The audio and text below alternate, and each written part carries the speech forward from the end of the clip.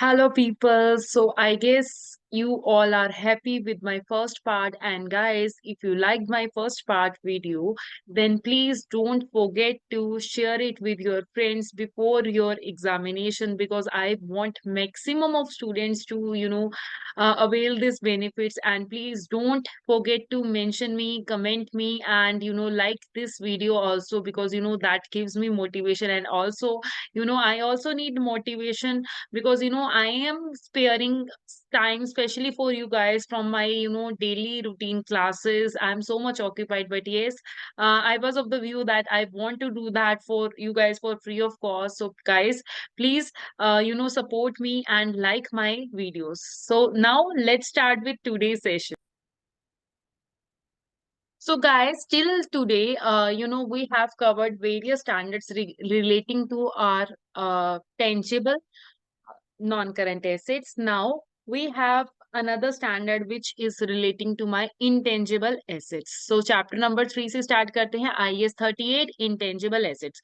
So basically intangible assets की definition से start करते हैं. Intangible asset is a identifiable non-monetary asset without physical substance because we can't see that, we can touch that. That is a my physical substance के बिना वाला मेरा asset. जैसे कि हम normally अगर किसी भी student से मैं पूछूं तो सबसे पहले नाम आता है गुडविल का. So yes, goodwill, licence, quota, patent, straight right, ये सब जो है मेरे इंटेंजिबल एसेट्स के क्राइटेरिया में आते हैं.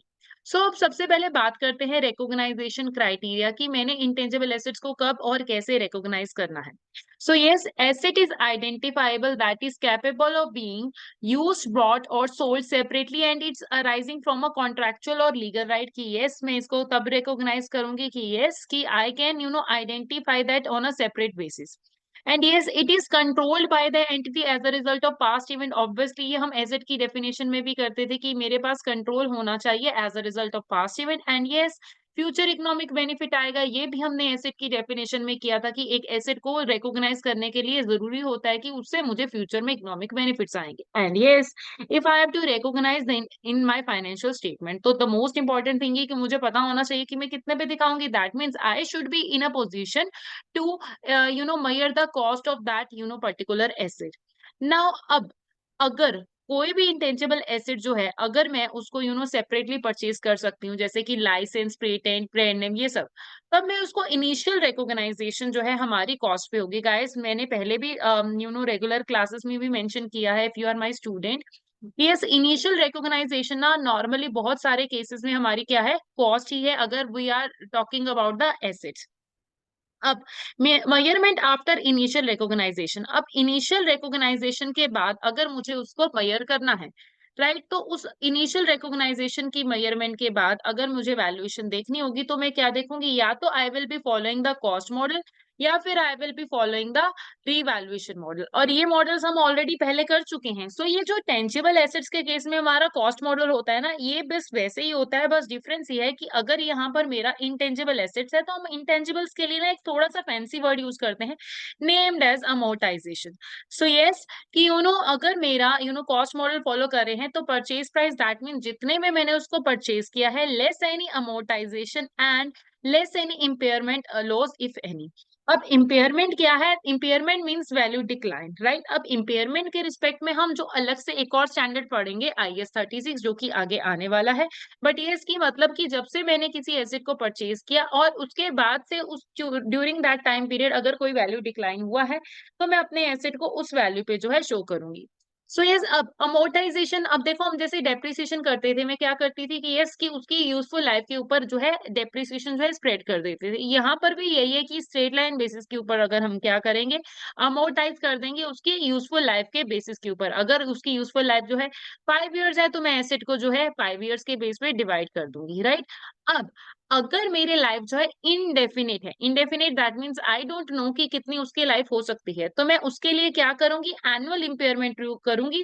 उस वाले सिनेरियो में हम अमोर्टाइजेशन नहीं करेंगे. देखो अगर मुझे वैल्यूएशन ही नहीं पता कि मैंने कितने टाइम पीरियड के ऊपर डिवाइड करना है तो how can I do that. So इसलिए हम हर साल चेक करेंगे कि कहीं एसेट की वैल्यू में डिक्लाइन तो नहीं आया है.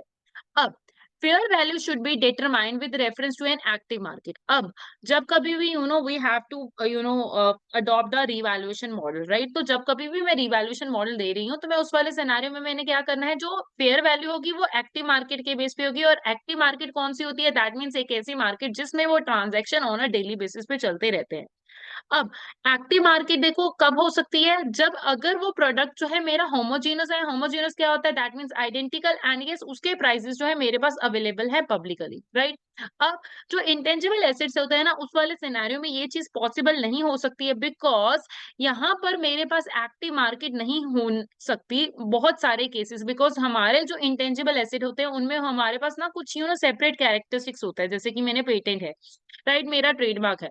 सो उस वाले सिनेरियो में आइडेंटिकल होना it's kind of A bit difficult. तो इसीलिए इंटेंजिबल एसेट के केस में ज्यादातर जो है हम कॉस्ट मॉडल ही अप्लाई करते हैं। ऑल्दो आपको देखो पेपर जो है बताएगा, पेपर में ज्यादातर वैसे कॉस्ट ही होता है। अगर फिर भी इन एनी सिनेरियो अगर रिवैल्यूएशन हुआ तो देखो कॉस्ट पेपर में आपके पास इंफॉर्मेशन उसके रिगार्डिंगली अवेलेबल होगी।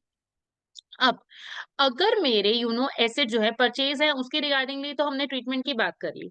बट अगर ये एसेट जो है इंटरनली जनरेटेड है, तो इंटरनली जनरेटेड एसेट जैसे कि मेरी खुद का ब्रांड है, राइट? तो इफ आई हैव अ माई खुद का ब्रांड, तो मैं उसको कैपिटलाइज नहीं कर सकती, बिकॉज उसका खर्चा जो है मैं कॉस्ट जो है रियलाइबली मेजर नहीं कर सकती। अब नेक्स्ट हमारे पास आती है एक गुडविल की बात। तो गुडविल देखो हमारा क्या होता है, होता तो ये हमारा इंटेंजिबल एसेट ही है, राइट? गुडविल क्या है? मेरा इंटेंजिबल एसेट ही है। बट गुडविल के केस में गुडविल होती क्या है? देखो मैं आपको 100 रुपीज के बिजनेस की वर्थ के लिए मैं आपको 120 रुपीज पे कर रही हूँ।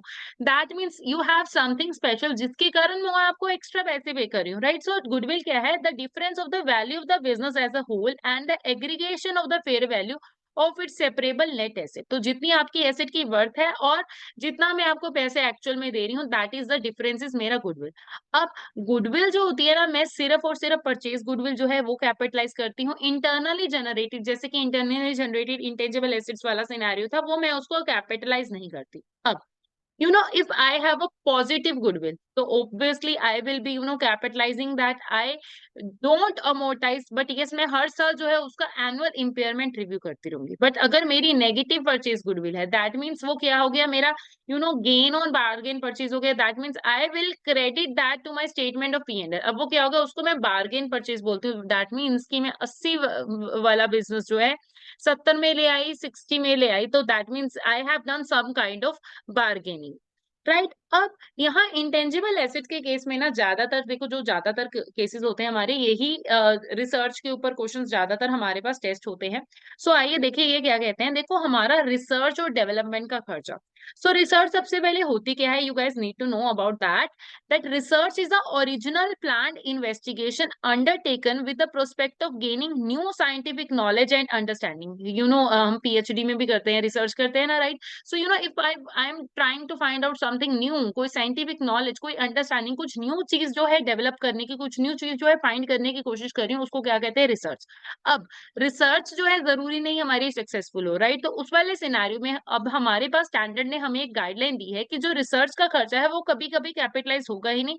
मैं इसको हमेशा क्या करूंगी, हमारे पास P&L में जो है एज एन एक्सपेंस शो करूंगी। सो रिसर्च का खर्चा क्या होगा, हमेशा P&L में ही आएगा। अब डेवलपमेंट का खर्चा जो होता है, डेवलपमेंट क्या है कि जो मैंने रिसर्च में जो कुछ भी I have find out something, so उस रिसर्च की फाइंडिंग को मैं अपने बिजनेस में लगा रही हूँ, तो दैट इज मेरे लिए डेवलपमेंट का खर्चा। सो अब डेवलपमेंट को क्या होता है, अब डेवलपमेंट का एक्सपेंडिचर ना कमर्शियल प्रोडक्शन के स्टार्ट होने से पहले पहले होने वाले सारे उस प्रोडक्ट के ऊपर जो है खर्चे हैं वो हम कंसीडर करते हैं, राइट?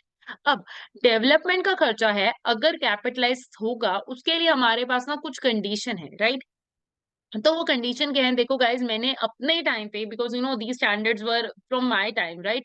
सो मैंने अपने टाइम पे जो है एक निमोनिक जो है वो देखा था, and yes if the condition of that mnemonic are satisfied, तो मेरा डेवलपमेंट का खर्चा जो है वो होगा कैपिटलाइज।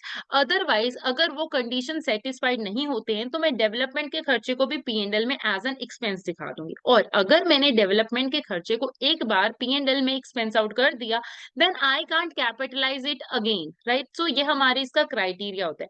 तो एक क्रक्स याद रखना है कि रिसर्च का खर्चा जो है कभी कैपिटलाइज नहीं होगा, ये हमेशा P&L में एज एन एक्सपेंस जाएगा। बट डेवलपमेंट के लिए हमारे पास कंडीशन होती है, वो कंडीशन क्या है? पाई रेट। ये पाई रेट का निमोनिक जो है अगर बनेगा तो यस, मेरे को क्या करना है? इसको कैपिटलाइज कर देना है। अदरवाइज मैं क्या करूंगी?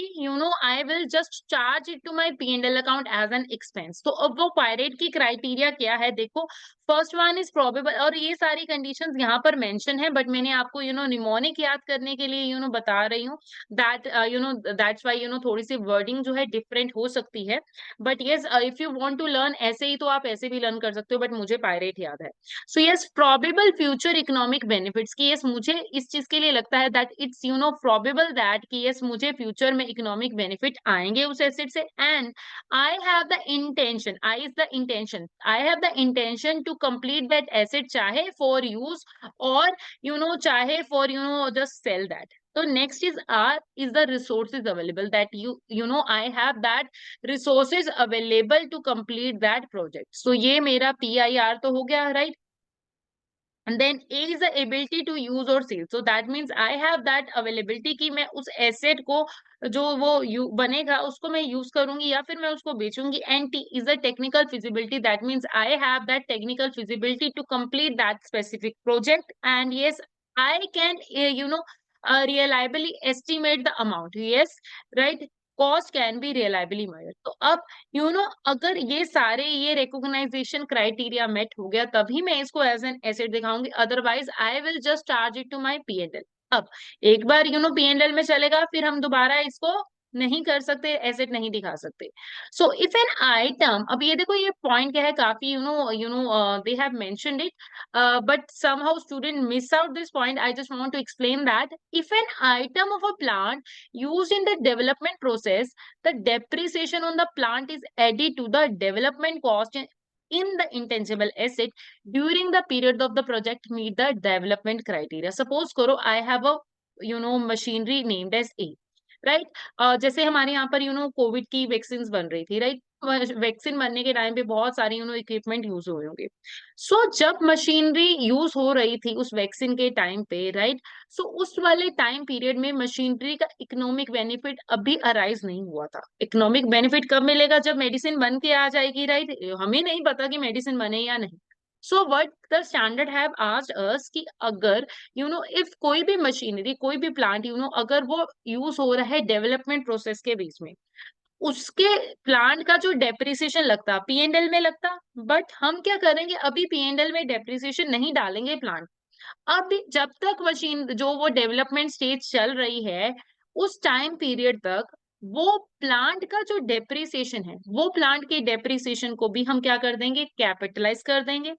एज जैसे ही डेवलपमेंट खत्म हो गई, देन जैसे हमने डेवलपमेंट को अमोर्टाइज करना था, साथ ही वो खर्चा ऑलरेडी ऐड है, फिर बाद में उसको अमोर्टाइज करना शुरू कर देंगे। और यस, डेवलपमेंट का खर्चा कब अमोर्टाइजेशन करते हैं? Over it's useful life. कब से? जैसे ही कमर्शियल प्रोडक्शन जो है हमारी स्टार्ट हो जाती है, उसके बाद हम क्या करते हैं? उसको अमोर्टाइज करना स्टार्ट कर देते हैं। So that was just enough कि यही है हमारा इंटेंजिबल एसेट के स्टैंडर्ड में, इससे ज्यादा इसमें कुछ करने को है ही नहीं। अब चलते हैं हम हमारे next standard, that is impairment of asset. So basically impairment के लिए हमारे पास स्टैंडर्ड है IS 36। इम्पेयरमेंट क्या होता है? एसेट की वैल्यू में डिक्लाइन, राइट? सो बेसिकली अब हम ये स्टैंडर्ड क्यों करते हैं? दैट मीन्स कि मेरा एसेट जो है अपनी रिकवरेबल अमाउंट से ज्यादा शो ना कर रहा हो, बिकॉज कई बार क्या होता है कि हमारे एसेट जो है ओवरस्टेट हो रहे होते हैं और हमें मिसकंसेप्शन रहता है that we have certain amount of asset, but हमारे पास वो एसेट नहीं होता है।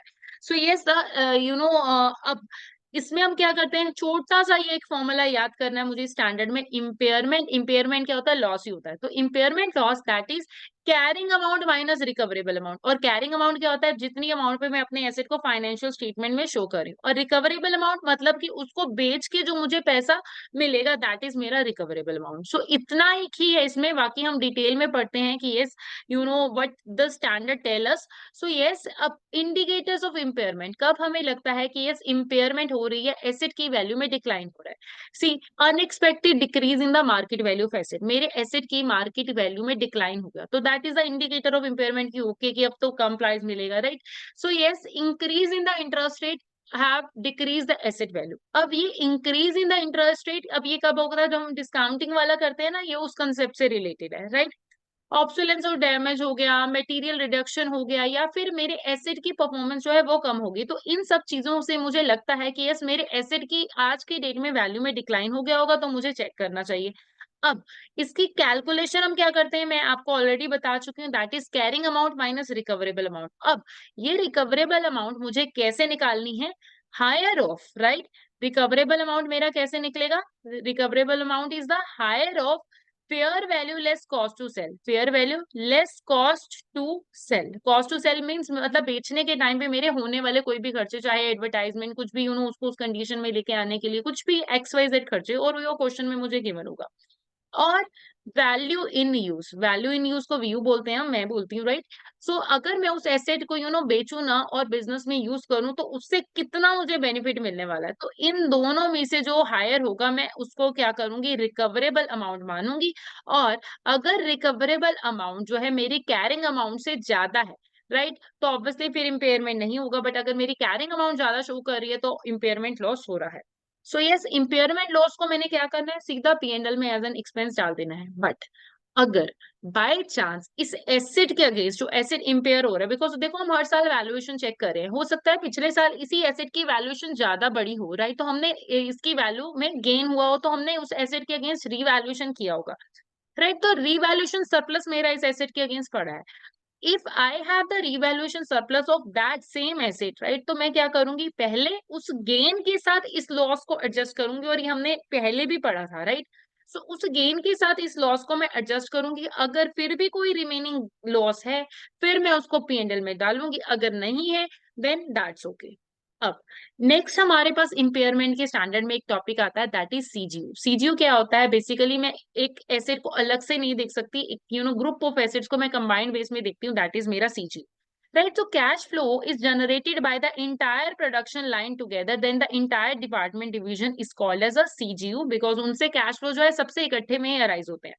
So, अब impairment of CGU is performed when individual asset cash flow cannot be determined. अब देखो impairment जो CGU की अगर देखनी है, तो मैं कैसे करूंगी, जब मैं किसी एक एसेट इंडिविजुअल एसेट का कैश फ्लो मैं नहीं देख सकती, तब मैं सीजीयू के बेस पे देखती हूँ। अब calculation of impairment is the same as that of an asset.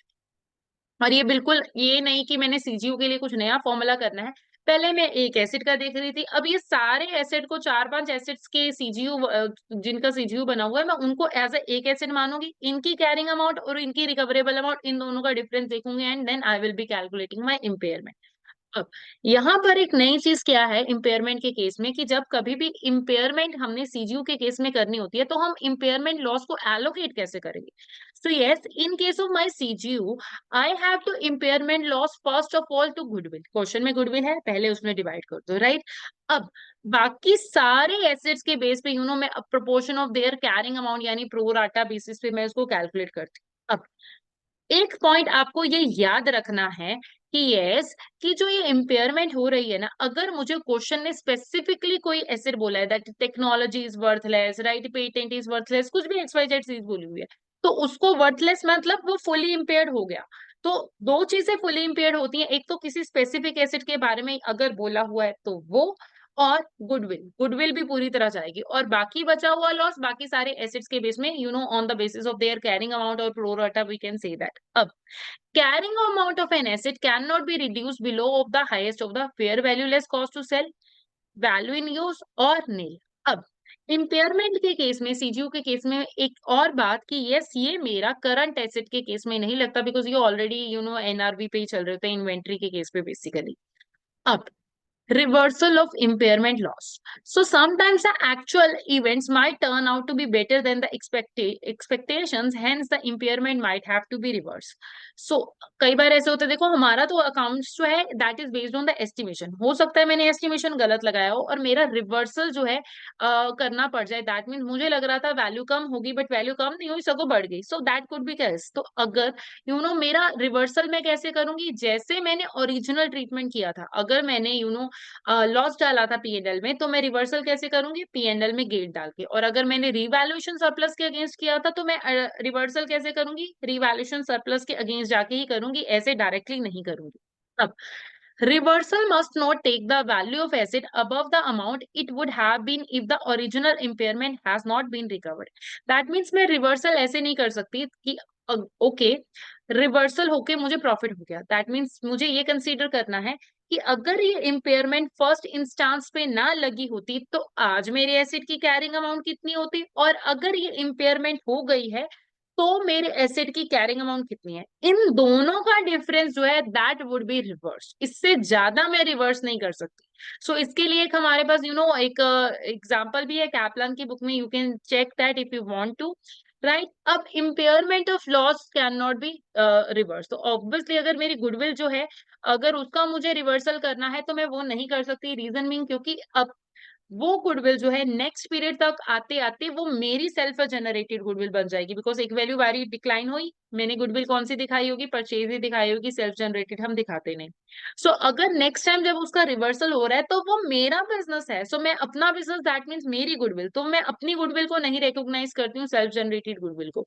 So this is the main reason. और यस इम्पेयरमेंट का जो ये स्टैंडर्ड है ना, ये construction contract, agriculture, financial assets, inventory, IFRS 5, employ benefits, deferred tax, investment property, इन सब पर एप्लीकेबल जो है नहीं होता है। सो गाइज ये सब था हमारे इम्पेयरमेंट में। बाकी अगर आपको you want some more information तो आप जो है टेक्स्ट जरूर पढ़ें। I am just making this for just for the purpose of revision, last minute revision for the students who are repeating their F7 का paper, and I hope next time आपको repeat करने की जरूरत नहीं पड़ेगी इन लेक्चर्स के बाद। So yes now chapter number 5, non-current asset held for sale and discontinued operation. So yes, IFRS 5 जो non current asset held for sale और डिसकंटिन्यूड ऑपरेशंस है वो क्या कहता है, एन एसेट और operation can be classified as held for sale if it is satisfied the following criteria. So okay, अगर ये सारे क्राइटेरिया अवेलेबल हो गया तो मैं इस एसेट को IFRS 5 के अंदर ले आऊंगी। मैंने इसके लिए भी एक निमोनिक किया था, द निमोनिक वाज कैप्सन। मैं यहाँ पर निमोनिक जो है वो लिख देती हूँ, इफ यू वांट टू तो आप निमोनिक भी कर सकते हैं, आपने डायरेक्टली करना है तो वो भी कर सकते हैं, राइट। तो ये निमोनिक मैंने किया था। So yes non current assets होते कौन से हैं जो ये हेल्ड फॉर सेल में कौन से एसेट आते हैं बेसिकली, कि इन ये एसेट या फिर group of asset whose principal amount can be recovered only through sales rather than use। तो ये हमारे वो एसेट होते हैं, राइट। तो अब ये क्राइटेरिया क्या है, राइट। तो द एसेट और operation is available for sale immediately in its current condition, the asset is highly probable and it's expected to complete within 1 year, right. So basically asset sale मतलब साल के अंदर वो cell हो जाएगी, और ये वो सेल कैसे हो जाएगी, इमीडिएटली हो जाएगी उसी करंट कंडीशन में, मुझे उसको सेल करने के लिए कोई मॉडिफिकेशन करने की जरूरत नहीं है, जैसा है वैसे हो जाएगा। And yes, my management is committed to sale. Yes, they are ready for that specific sale, and assets operation is being actively marked. कि yes कि they are just like कि ये सेल कर देनी है, ऐसा नहीं है कि ठीक है हो गया तो कर देंगे। And asset operation is being offered for sale at a reasonable price in relation to its current fair value। ये नहीं कि इतनी वैल्यू कम हो गई है कि इसकी सेल तो हो ही जाएगी, या फिर इतना हाई वैल्यू हुआ हुआ है कि इसकी मतलब सेल हो ही ना पाए, कि मतलब हम सेल तो करना चाहते हैं बट वैल्यू इतनी ज्यादा हाई कर दी कि यस कोई खरीदे ही ना। And it's unlikely that the plan will change be withdrawn. तो ऐसा नहीं है कि कल को हमारा मूड चेंज हो जाए और हम इस प्लान को विड्रॉ कर लेंगे। सो अब मैं बात करूं मेरे कैप्शन के निमोनिक की, अगर किसी को याद करना हो तो first one is commitment to plan by the management. Basically मेरी मैनेजमेंट का कमिटमेंट है to sell that active program to find that buyer, and at present condition में सेल होनी चाहिए, yes. And yes sale is highly probable for us, right. 1 year में sale होनी चाहिए, right.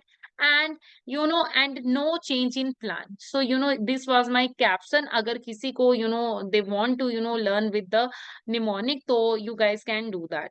so next is accounting treatment। so basically accounting मुझे कैसे करनी है, accounted at lower of carrying amount और fair value less cost to sell।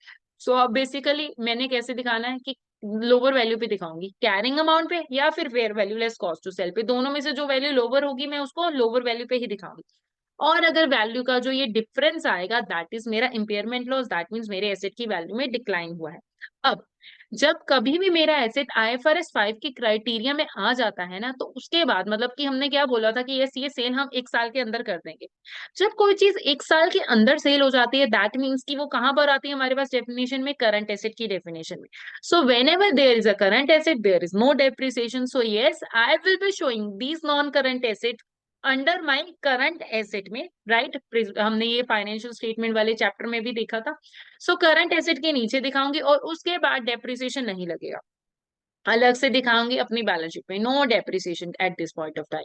अब यहीं पे इसी स्टैंडर्ड में हमारे पास क्या आता है, discontinued operation. So basically discontinued operations क्या होता है, is a component of an entity that has either been disposed of और is classified as held for sales. तो मतलब कि एक ऐसा एरिया जो कि या तो सेल हो गया है या फिर मैंने उसको सेल करने के लिए अलग से रखा हुआ है, और that represent the separate major line of a business और ज्योग्राफिकल एरिया ऑफ ऑपरेशंस। मतलब कि वो अलग से पता चल रहा है कि यस ये बिजनेस की अलग से लाइन है, east west north south wing है, ज्योग्राफिकल एरिया वाइज या फिर बिजनेस एरिया वाइज। जैसे सपोज करो मेरे 10 तरह के बिजनेस है, एक फार्मा का, एक कॉस्मेटिक्स का, एक that could be purse brand, so many, so that represent separate line of business, या फिर वो मेरा east west north south Punjab region, Haryana region. So ऐसे मैं उसको अलग से सेग्रीगेट कर पा रही हूँ।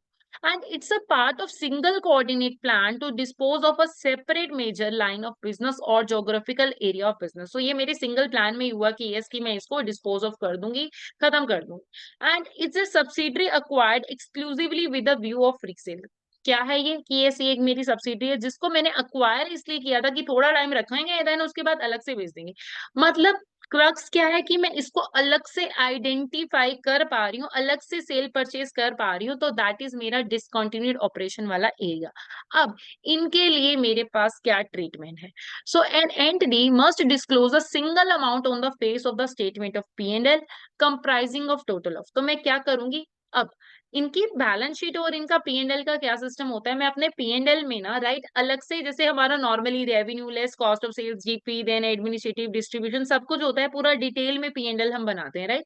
सो डिटेल में पी एंड एल बनाने के बाद मैं प्रॉफिट दिखाती हूँ। बट इनके केस में क्या होगा, मैं कॉन्टिन्यूड ऊपर हेडिंग डालूंगी, right? I will be putting a heading at continued, right? Then उसके बाद ये सारा सॉल्व करने के बाद नीचे क्या करूंगी, डिसकॉन्टिन्यूड लिख दूंगी। डिसकंटिन्यूड के केस में मुझे ऐसी कैलकुलेशन नहीं दिखानी है सबकी डिटेल, राइट? मैं सिंगल अमाउंट में बता दूंगी कि यस इसका प्रॉफिट या लॉस, और मेजोरिटी चांसेस देखो लॉस के हैं, यहाँ पर दिखा दूंगी। और if I have to show the calculation की ये अमाउंट कहाँ से आई, तो वो नीचे in the form of analysis या फिर वी कैन से दैट की नोट्स में अलग से दिखाएंगे डिटेल्ड वर्जन। मतलब फेस पे हम नहीं दिखाएंगे डायरेक्टली डिसकंटिन्यूड का क्या ट्रीटमेंट था, कितनी अमाउंट थी। अब ये क्यों है, देखो बेसिकली एक तो मेरे शेयर होल्डर्स को पता चल जाएगा कि मेरा प्रॉफिटेबल एरिया कितना है, so that they get the idea कि ये प्रॉफिटेबल था, ये नॉन प्रॉफिटेबल था, या ये वाला विंग मैं बंद करने वाली हूँ। So they get the clear idea. So main purpose इसका यही है, और डिसकंटिन्यूड की डिटेल वर्जन भी हमें एनालिसिस से मिल जाएगी। सो यस, मैं क्या करती हूँ, a single amount on the face of the statement of P and L और comprising of total of the post-tax profit or loss of discontinued operation and the post-tax gain or loss recognized on the measurement to fair value less cost on disposal। तो basically हमने मतलब उनका अलग से दिखाना है। And analysis of the single amount must be presented.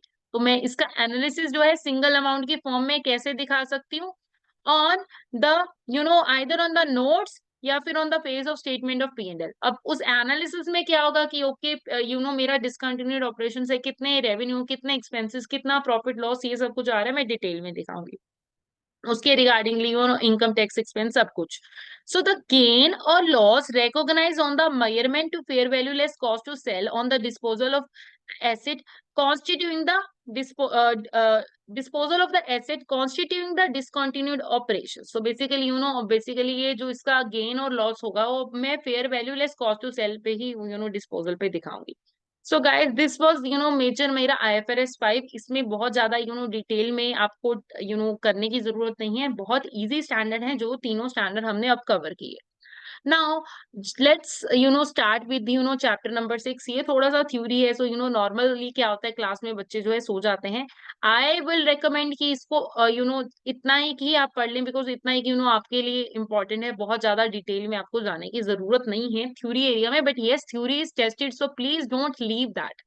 So yes, सबसे पहले I will be just reading it down, right. So regulatory framework क्या होता है? Regulatory framework is required to ensure that relevant and reliable financial reporting is achieve to meet the need of the share holders and other users, because we knew that कि हमारे companies के case में देखो, ये हमारा directors अलग होते हैं एंड हमारे शेयर होल्डर्स अलग होते हैं, and the main users of the financial statement, they get the enough and reliable trustworthy information so that they can decide yes इस कंपनी में इन्वेस्ट करना चाहिए या नहीं। तो उसके लिए देखो, कंपनीज को there is need of someone to just look at them, to guide them, तो उसके लिए हमें रेगुलेटरी फ्रेमवर्क चाहिए। सो यस, हम जो है एसीसीए में, और हम कहें कि यूके में हम प्रिंसिपल बेस्ड अप्रोच फॉलो करते हैं, although we have to approach is rule based approach, जो कि ज्यादा रिजिड होती है, उसको कुक प्रूफ अप्रोच भी बोलते हैं। सार्बन ऑक्सले लो वही उसी अप्रोच से बना है, but yes here we follow the principle based approach, जिसको हम कंप्लाई एंड एक्सप्लेन के नेम से जानते हैं। That is bit more flexible, right. तो प्रिंसिपल बेस्ड अप्रोच के बेस पे ही हमारा रेगुलेटरी फ्रेमवर्क, जो ये हमारा कंसेप्चुअल फ्रेमवर्क जो है उसी के बेस पे ही बना है। And yes, that is bit more flexible, that gives us the guidelines, and वो गाइडलाइंस होती हैं, that is they are more flexible kind of, right. So yes, based on the conceptual framework such as International Accounting Standard Board's framework, the accounting standards are created using the conceptual framework as a basis. तो हमारे जो standards बने हैं वो इन्हीं के base पे बने हैं। So yes, IFRS Standard Foundation ये क्या होती है हमारी? This is my supervisory body. Supervisory body होती है हमारी standard, right? So yet it is responsible for the governance issue to ensure that each body is properly funded. देखो, पैसे तो सभी bodies को चाहिए, so इसका main objectives में से देखें तो क्या क्या है? Developing the set of global accounting standard of high quality which are understandable and enforceable. So basically हमारी IFRS Foundation ही ये देखती है कि ये जो standard बन रहे हैं, they are of enough good quality and they are understandable to the users of the financial statement, right? And promoting the use of application of these standard, basically they guide them ki yes, the maximum possible use of IFRS standard should be here, right? And yes, obviously कि ये जो national standard और international standard के बीच में एक algorithm, एक rhythm लेके आना है, वो भी ये हमारी IFRS फाउंडेशन जो है, ये इनका ही काम होता है। सो यस, जो मेरी बोर्ड होती है, इसके बाद आते हैं हमारे पास बोर्ड। ये क्या है? It is responsible for issuing the IFRS standard. So board का काम क्या होता है? ये स्टैंडर्ड्स को इशू करना। And then we have another thing that is, मेरे पास क्या आती है? Interpretation committee. So basically it issues the rapid guidance on accounting matters where diverse interpretation of IFRS standard have arisen which are approved by the board. Somehow, इनका नाम से ही पता चल रहा है, इंटरप्रिटेशन रिलेटेड इश्यूज। तो जब कभी भी गाइडेंस चाहिए होगी, जब कोई देयर आर सम इश्यूज की समझ नहीं आ रहा है क्या करना है, तो ये वहां पर आते हैं, हमारी हेल्प करते हैं। Then we have advisory council. Basically ये बोर्ड को गाइड करते हैं, एजेंडा बताते हैं कि यस आपको ये काम करना चाहिए, ये प्रायोरिटी आपको देनी चाहिए। And yes, you know the view of the organization भी, ये जो हमारी एडवाइजरी काउंसिल है, नेम से ही पता चल रहा है that the main task is relating to advising related roles की इस पर्टिकुलर स्टैंडर्ड को हमें फ्रेमवर्क में लेके आना चाहिए। So as it advise the board on the agenda decision and prioritizing the board work, informing the board on the views of the organizations and giving other advice to the board or others trustees. So ये इनके major काम होते हैं। अब conceptual framework की मैं बात करूं, so it is the coherent set of inter related objective and fundamental principle framework which prescribe the nature, functions and limit of financial accounting and financial statements. So purpose of framework क्या है हमारा? It assist in the international accounting standard board to development of IFRS standards. So basically assist करता है development of accounting standard के base में। assist the preparators to develop consistent accounting policies when no standard applies. तो जहां पर कोई standard apply नहीं होगा, वहां पर मेरी ये conceptual framework जरूर आएगा, and that will help me out and assist all the parties to understand and interpret the standard. So basically और क्या काम होता है कि देखो, जब कोई और नहीं होता तो ये बताता है कि आपको इसको ऐसे समझना चाहिए। So in a rare instance where there may be a conflict between the framework and IFRS standard, so the requirement of IFRS standard will prevail over the framework. Then next is मेरा financial reporting की अगर मैं बात करूं, so yes the objective of financial reporting is to provide financial information about the reporting entity, that means मेरी उस company के बारे में बात हो रही है, that is useful to the existing potential investors, lenders and other creditors in making decision about the providing resource to the entity. That means कि मेरी जो इन्फॉर्मेशन हो that should be true, reliable and लोग उस पर trust कर सके। सो अब कैरेक्टरिस्टिक्स ऑफ फाइनेंशियल स्टेटमेंट, देखो मेरे जो मेन होते हैं ना, या राइट, सो बेसिकली मैं बात करूं रेलेवेंस मेरी फाइनेंशियल स्टेटमेंट की, अब रेलेवेंस के केस में हमारे पास क्या आती है, materiality. Then next is the understandability and faithful representation, and ये जो मेरे रेलेवेंस और फेथफुल रिप्रेजेंटेशंस हैं ये मेरे फंडामेंटल में आ जाते हैं। And then understandability, timeliness and comparability, तो ये मेरे फाइनेंशियल स्टेटमेंट के कुछ कैरेक्टरिस्टिक्स हैं। एंड गाइज आपको बहुत ज्यादा डिटेल में डेफिनेशन वाइज जाने की जरूरत नहीं है, but if you want to then yes you can always refer text book, this is for the purpose of revision only. So yes next is मेरे पास है elements of financial statement. So इस elements में हमें पता है हमारे 5 तरह के एलिमेंट्स होते हैं, asset, liability, equity, balance sheet के, इनकम एंड एक्सपेंस मेरे P&L के। सो यस एसेट क्या होता है, a present economic resource as a result of past event, और क्या होना चाहिए हमारे पास, कंट्रोल होना चाहिए। कैसे आएगा, पास्ट इवेंट के कारण आएगा, जिससे क्या होगा, मुझे फ्यूचर में इकोनॉमिक बेनिफिट्स होने वाले हैं। सो यस दैट मीन्स जैसे कैश मेरे पास आज की डेट में इकोनॉमिक रिसोर्स है, मेरे पास एक एसेट है, कैसे आया, as a result of past event, right, and उसके ऊपर मेरे पास कंट्रोल है और उससे मुझे फ्यूचर में इकोनॉमिक बेनिफिट्स अराइज हो सकते हैं। लायबिलिटी, लायबिलिटी हमेशा देखो ऑब्लिगेशन होती है। So a present obligation of an entity to transfer the economic resource as a result of past event, past में मैंने आपसे लोन लिया, उस लोन के कारण आज की डेट में मेरे ऊपर ऑब्लिगेशन है कि I have to repay that loan back, so that is मेरे लिए ऑब्लिगेशन। एंड इक्विटी क्या होता है, बचा कुचा, that means the residual interest in the net asset of an entity, तो ऑब्वियसली लायबिलिटी डिस्चार्ज करने के बाद जो कुछ भी मेरे पास बचेगा दैट इज मेरे लिए इक्विटी। अब income, income is the increase in asset and decrease in the liability as a result in increase in the equity। अब देखो increase in asset, अब मैंने आपसे लेने थे 10 rupees, right, and you are in different country and due to XYZ reason या फिर foreign exchange fluctuation के कारण जो है आप अब मुझे 10 नहीं 12 दोगे, राइट। सो अब 2 रुपए मुझे जो एक्स्ट्रा मिल रहे हैं दैट इज मेरी income, right, and that is मेरा एसेट में इंक्रीज होना, मेरी कैश में इंक्रीज हो रहा है। या फिर डिक्रीज इन लायबिलिटी, मैंने आपको देने थे 8, राइट, मुझे देने पड़ रहे हैं अब आपको 5। सो that is decrease in liability, जिसके कारण मेरा कैश आउटफ्लो भी कम होगा, उससे इन इफेक्ट क्या होने वाला है, मेरी इक्विटी, मेरी वेल्थ बढ़ने वाली है। So yes, that is मेरा income, and expense is totally opposite to that कि decrease in asset और increase in liability as a result of decrease in equity। So ये होगी मेरे elements of financial statement जो कि हम अपनी financial statement में show करते हैं। Then next guys, अब जो next topic है that is also relating to theory, right? अब आज ये chapter करते हैं and then उसके बाद आज का जो ये session है हम wind up करते हैं। Okay guys, now next is the conceptual framework का मेजरमेंट। सो देखो मेजरमेंट के बेस देखो हमारे पास, और ये सब कुछ ना हमने ऑलरेडी पढ़ा हुआ है, एंड थोड़ा सा जो 1-2 चीजें जो हमने नहीं पढ़ी हैं, but all the basis are already covered. Now देखते हैं ये क्या है। सो देखो पहले हम जो अब तक फॉलो कर रहे थे that was the historical cost, तो actual amount of the cash paid और consideration given for an item. तो इसमें क्या करते हैं, मैं बेसिकली अपने एसेट को एक्चुअल अमाउंट जितना मैंने उस एसेट को परचेज करने के लिए और किसी भी चीज के लिए एक्सपेंस आउट किया, मैं अपने एसेट को उसी वैल्यू पे दिखाती हूँ, एंड लेस उसका अब तक का लगा हुआ डेप्रिसिएशन जो है मैं रिड्यूस करती हूँ। सो बेसिकली ये मेरा डेप्रिसिएशन वाला बेस हो गया जो कि हम नॉर्मली फॉलो कर रहे थे। नाउ द करंट कॉस्ट और रिप्लेसमेंट कॉस्ट क्या होता है, the cash that would be paid to replace the asset at current value reflecting the asset age and condition. Suppose करो if I want to because हमारे historical cost accounting में भी ना कुछ लूप होल्स थे। सो उन लूप होल्स को अगर हम कंसीडर करें तो यस कि मैं अगर सपोज करो इस एसेट को आज की डेट में रिप्लेस करना चाहूँ, तो मेरी मैनेजमेंट अगर जानना चाहती है कि इस एसेट की आज की डेट में वैल्यू कितनी होगी, तो मुझे वो वैल्यू जाननी है। और सिमिलर एसेट की इतना ही पुराना 2 साल पुराना एसेट मुझे अगर रिप्लेस करना है, तो उसके लिए मुझे वो वैल्यू जाननी जरूरी है। तो उसके लिए हम क्या करते हैं, करंट कॉस्ट और रिप्लेसमेंट कॉस्ट वैल्यूएशन जो करते हैं कि ओके सिमिलर एसेट 2 साल पुराना अगर आज की डेट में, आज के प्राइसेस में अगर हम परचेज करेंगे तो वो कितने का पड़ेगा, right? Next is fair value और net realisable value. If I want to sell that, तो मुझे ये पता होना चाहिए कि ओके मैं इस अगर एसेट को बेचूंगी तो कितने पैसे में लेंगे। सो दैट इज मेरा फेयर वैल्यू एनआरवी बेसिस।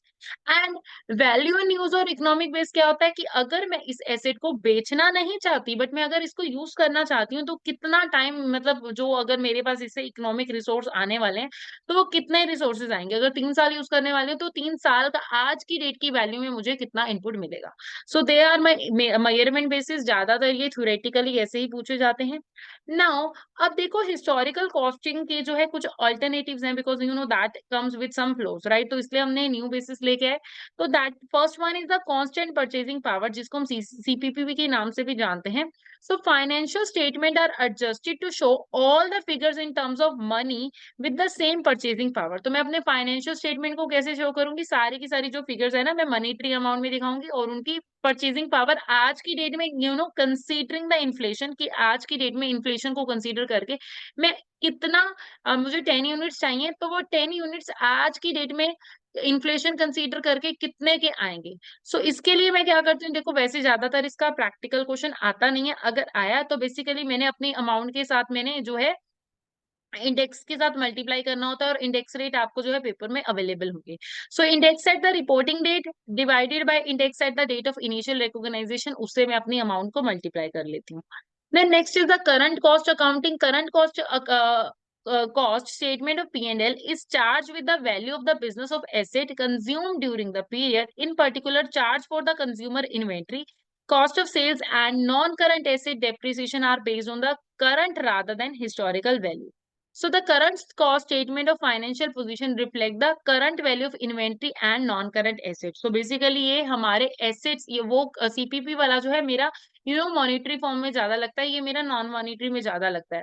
सो यस कि यहाँ पर मुझे क्या करना है कि एसेट को अपनी आज की डेट की वैल्यू पे मैं दिखा रही हूँ अपने, जैसे कि मेरा इन्वेंट्री होगा, नॉन करंट एसेट्स हो गया, इनके केस में। नेक्स्ट इज हमारे पास और मेथड आते हैं जैसे कि capital maintenance, physical capital maintenance और operational capital maintenance. That means the maintaining a set level of capital which allow the business to continue to operate at the current level of activity. मतलब कि आज की current level of activity पे मैं अपने assets को दिखा लेती हूँ। And financial capital maintenance, capital is maintained at a level where the share holder value is preserve. That means inflation को कंसीडर करते हुए इतनी शेयर होल्डर्स को तो वैल्यूएशन मिलेगी मिलेगी, हम वो कंसीडर करते हैं। So guys that was all with मेरा चैप्टर नंबर 7 तक जो है आप इस वीडियो को देखें, इनको रिवाइज करें, and in the next video I will be coming up with more revisionary topic. And guys please don't forget to like this video because that keeps me motivated. Thank you.